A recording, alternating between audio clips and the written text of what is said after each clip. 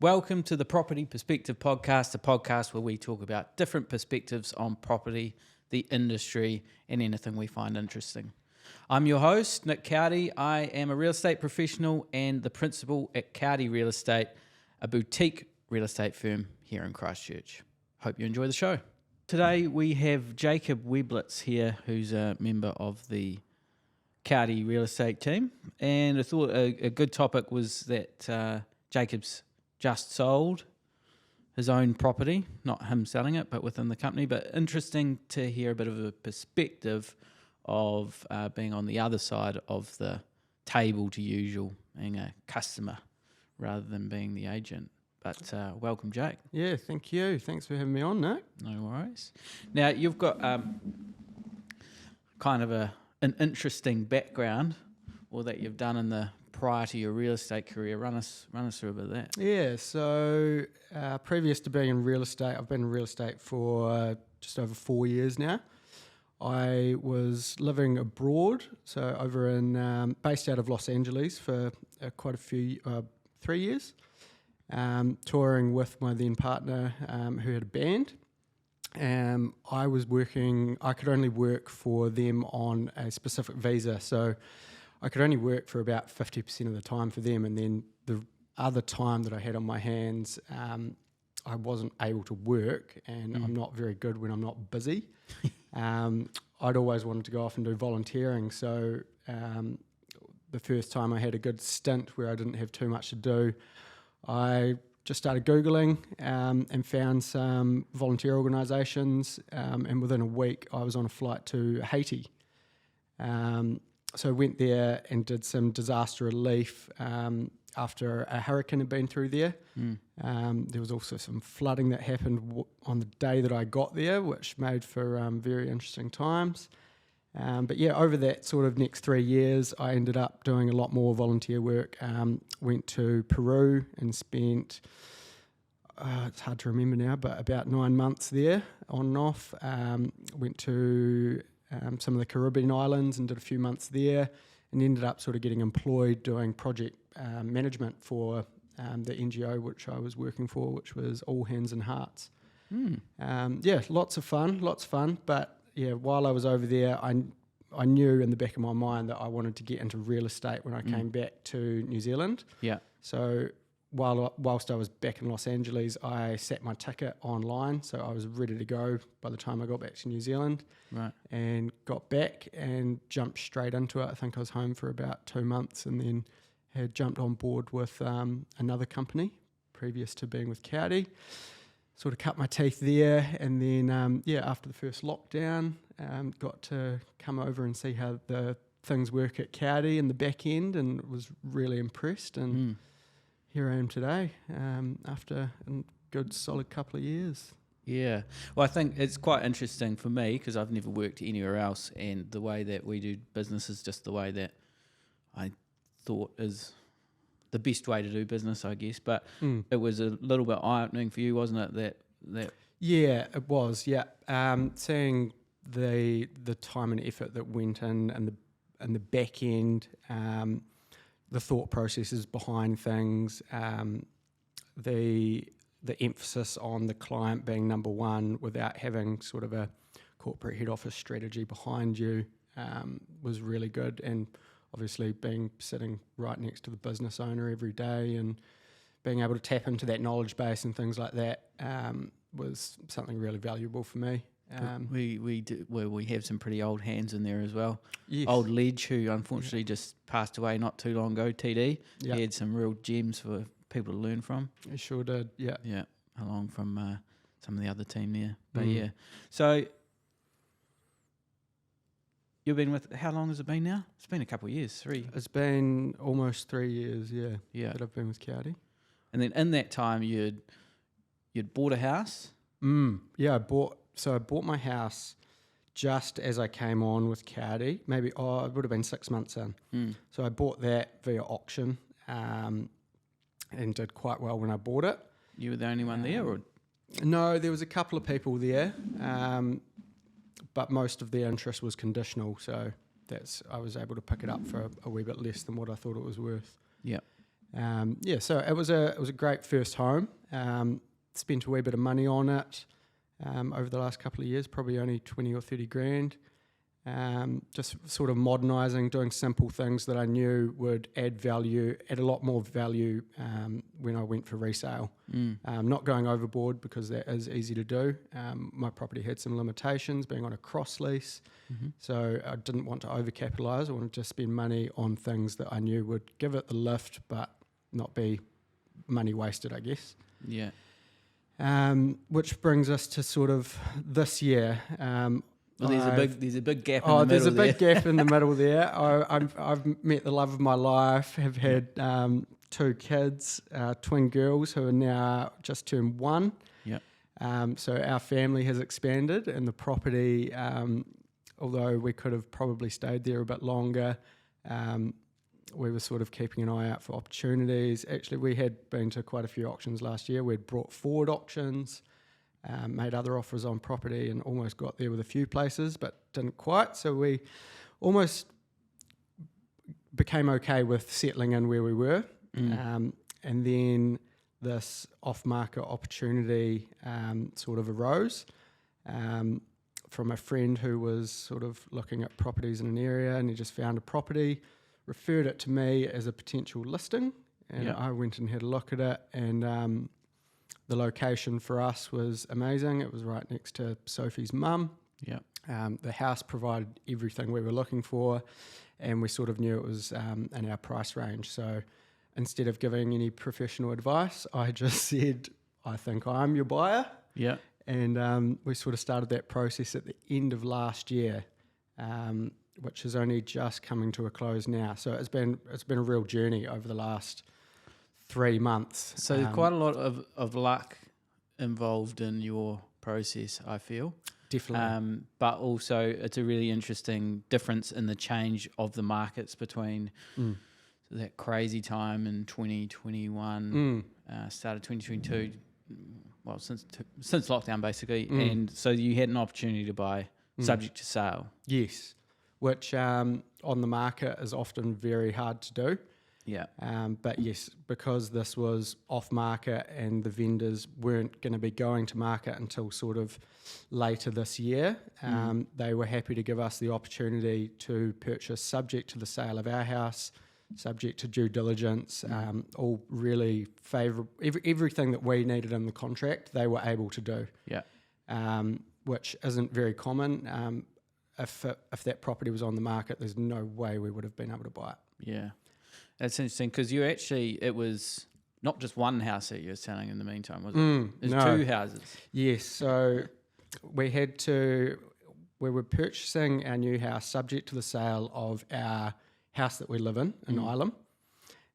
But in the background, we have an apartment up in Wellington, which we tested the market last year with the intention to sell it. It had tenants in place. We had an offer, which at that time we didn't deem acceptable, and sort of gamble. We took into consideration what the agent had said, what we thought the market was going to do, but crystal balls are, they're crystal balls. You never know if you're going to be right until you get further down the line. So that got pulled from market last year. And then once the tenant was out about 6 weeks, 2 months ago, staged it, got it back on the market, did everything right that we could have done to try and open up the market to more people, show it in its best light, and ended up, after sort of 6 weeks on the market, having very limited viewings. The market in Wellington is completely different to down here. Yeah. And the apartment market especially hasn't really taken off there yet. So we ended up taking a loss, well, not a loss, but taking an offer that was less than what was offered last year. So yeah, dealing with that, dealing with having kids at home, trying to tidy up a house, get some maintenance sorted. It's been a really intense start to the year, probably the quickest start to the year I've had in a long time. Yeah, well, it's interesting. Even the people who live and breathe it obviously can't see what's going to happen in the market. And I guess Wellington yeah, it's definitely been a different kettle of fish to Christchurch and how it's gone. But, very hard to know what happens. It changed so rapidly. It does, yeah. And so many factors in there as well, especially in the Wellington market. Obviously, they'd had some explosive growth over the last few years, so it's hard not... I mean, we always know the market dictates what your price is, but when you've had explosive growth and you've had an appraisal 12 months earlier that said you were going to get $200,000 more than what you're looking at now, it's always hard to peg back your expectation by that much, and then that much even again. Yeah. It's so not fun. No, a bit not. And then here, so you chose you chose a priced method, right? Yeah. So run us through how you got there. Was that so Tom and Catherine or you? Or? Yeah, so I had Tom and Catherine from Cowdy selling my place. I thought I'd remove myself from the situation because...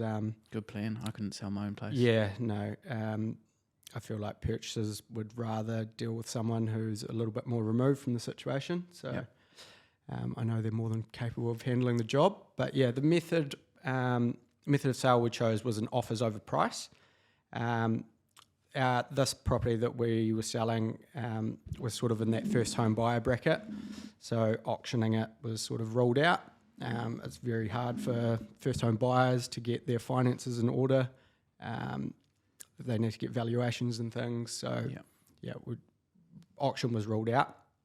Deadline, we could have done a deadline, but we thought, and this is from previous experience earlier on this year, end of last year, when we know sort of the baseline that a property should be selling for, we've recommended this before and it's worked really well. We've had the last two times we've done it, we've sold the property within a week and for well over what that negotiable over price is. Yeah. So that was the method behind the madness for us as well. So we sort of offered, we thought the value might sit somewhere hopefully close to 7. So we advertised offers over 649. We didn't quite get to where we would have ideally liked, but we did get over our asking price. Yeah, because you do have to be in a position to consider any reasonable offers over that asking price, and you're prepared for that, right? Yeah, correct. I mean, at the end of the day, if all we got was the baseline, then that's what we would have done, but we were able to get some more.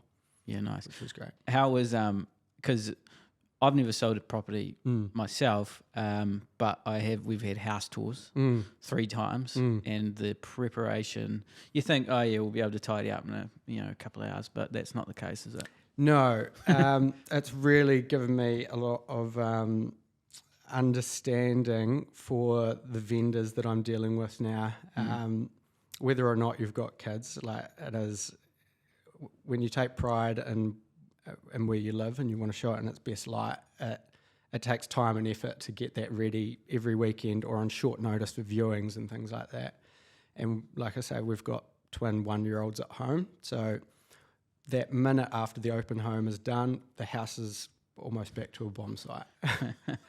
And you get people asking almost every second day, can I get a private viewing? Can I get a private viewing? And we sort of had to draw a line somewhere and say, look, we'll do one private viewing this week at this time and try to get a few people through at once, because otherwise it was just too much.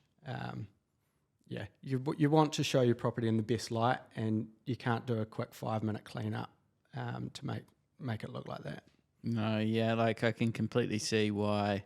There's not actually that many houses on the market that are lived in. You can see, well, I don't know if everyone can tell, but I can certainly tell what's staged and what's not.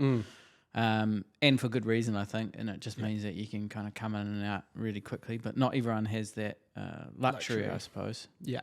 I mean, you would much rather be out of the house. So, for example, like the first 3 weeks, we ran Saturday and Sunday open homes. And so for those 3 weeks, we went to my parents' house and stayed there for the weekend. Yeah. So we didn't have to tidy up in between. Yeah. Now, you had some massive numbers through, eh?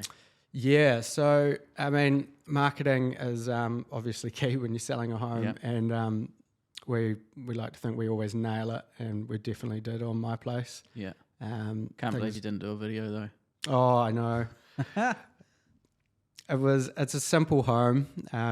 It didn't need the video to get the people through. We had first weekend, we had over 40 groups through. Yeah. And then subsequently over the next few weekends, we ended up having over 100 and something groups through the home. I mean, that's incredible, I think, for anyone who's selling their house at the moment or other agents that might be listening.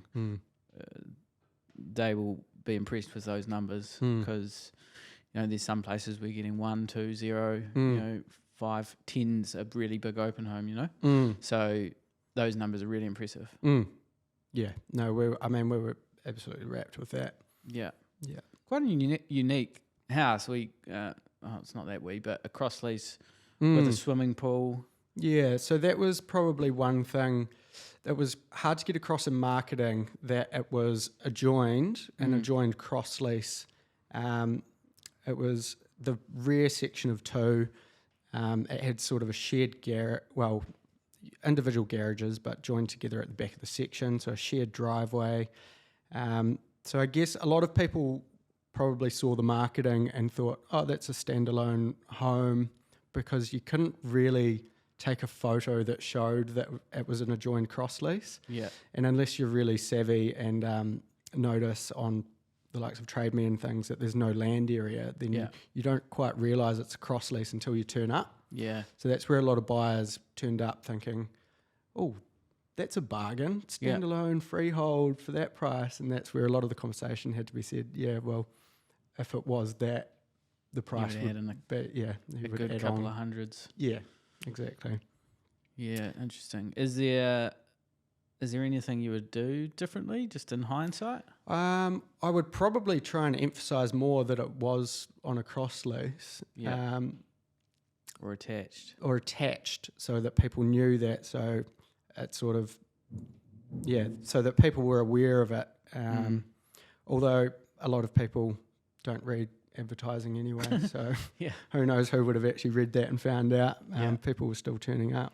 It is one of the things that amazes me the most is that, and I'm not saying there's anything wrong with it, because I'm doing the same. I think I booked an Airbnb once and it was advertised 3 bedrooms, but in the bit it says for the extra bedroom you have to pay more, and we booked it and then we realised there wasn't enough room. But the amount of people that email through asking for the property file link, which is at the bottom of the ad, or ask us questions that are in the advertising, or when the open home is, which is in the advertising. But it just shows what's important when you're doing the marketing, isn't it? It's the photos, it's the things that you can read really quickly. But, that's why, and this is something you showed me about advertising when we first came on, is trying to keep your advertising text easy to read, clear cut. You might have a little intro and then bullet point the things that people want to know. Because the amount of people that want to read an essay on your property is very limited. I mean, they might take it home. The stats of people read. Is it the first 7 seconds or something? Is about all they'll read. Yeah, I think Trade Me has some heat maps where they kind of track your eyes, and it's basically the picture, maybe the headline a wee bit, and the map, but the middle part just gets a really fast glance. So it's kind of important to make things clear. So if you do get people reading down, they can pick out the important parts really fast, so that they come and look, right? Yeah, exactly. Just double glazing or whatever like that. Yeah. Yeah, interesting. We'll just have a quick breakaway, and I'll take out my notes for the property report. So, the first one we did, looking at the listings on Trade Me, because that gives a pretty good idea of what's actually happening out there. So it's at 2,250 at the moment, which is the first week, and week to week can change. It might start going back up, but it's the first time this year we've seen a decline in numbers week on week. So the stock is slowing up and stuff's selling out, which is good. The difference between the same time last year is 590. So previous we've been in the 600s and 700s. So the gap between the two markets, being the boom market and our market now, are sort of closing in together again. So it's just shifting towards, I think Christchurch it's almost a stable market. So far, so good. The Ryan's data shows for February that the median sale price is at 675,000. Now, February the year before, it was at 730, which was the absolute peak for Christchurch. So we're only 7.5% off peak, which was pretty incredible, really, especially when we're looking at what some of the other cities are doing around the country. One thing is the days to sell are up quite significantly to last year, and the volume of sales is down, but the prices just seem to be holding in quite a good way, which is good to see. Possibly Christchurch had lots of people say Christchurch is undervalued, or has been undervalued. I think it still is, but anyway. So we're at 49 days to sell in Canterbury. As I like to put things in perspective, usually we look at the Auckland region, which is 15.9% down on the same time last year, and their days to sell of 59 for the Auckland region. Wellington's down 22.6%, which is quite significant, and the days to sell are up to 69. So, we are really lucky, and I think there's so many reasons why Canterbury has worked really well, and a lot of it's to do with all the land released way back after the earthquakes. That meant we just had quite a stable market, so the peaks and troughs just aren't as big as some of the other places that have gone big and booming. So back to Jake. So lessons learned in this whole situation. Lessons learned. Does it change your perspective when you're selling a property, have just gone through the process? I think, well, it gives you some understanding and compassion for the vendors you're working with, realising how much they're going through in the background. Although us as agents are busy trying to take all of the stress out of the situation for the vendor, realising that there's still a lot that goes on in the background for the vendor, emotionally, as well as just physical stresses of managing day to day and viewings and open homes and things like that. In a market like this, and this is what a lot of our conversations are with vendors at the moment, like there is a lot more for people to choose from. So if you're going to be going to market, you want to try and mitigate any factors that might sort of put someone off your property. So that's getting and this is what we did with ours. We went and did all the little maintenance things that we thought needed doing. So this was as well as decluttering and everything. We went round, had a couple of weekends where we had people around helping out, getting trades in where they were needed, getting the place in tip-top shape so that you had nothing that a purchaser could come back on. So we got a building report done, although buyers are recommended that they can't rely on those. At least gives them something to look at. To start from, to start from. Things like our pool, we even got the pool system checked over by a pool company, so there was a written report on that. We're on a cross lease, so things like I had erected a pergola, so we needed to make sure we'd crossed our T's and dotted our I's on things like that, making sure that we had neighbours' consent for that, whether or not it required build consent, etc. Actually, one thing that did come up once we got our property under offer, and this is a real niggly area for cross leases. So our home had a second story addition put on it about 15 years ago, 2007. This was previous to my ownership, obviously, and also previous to my neighbour to their ownership.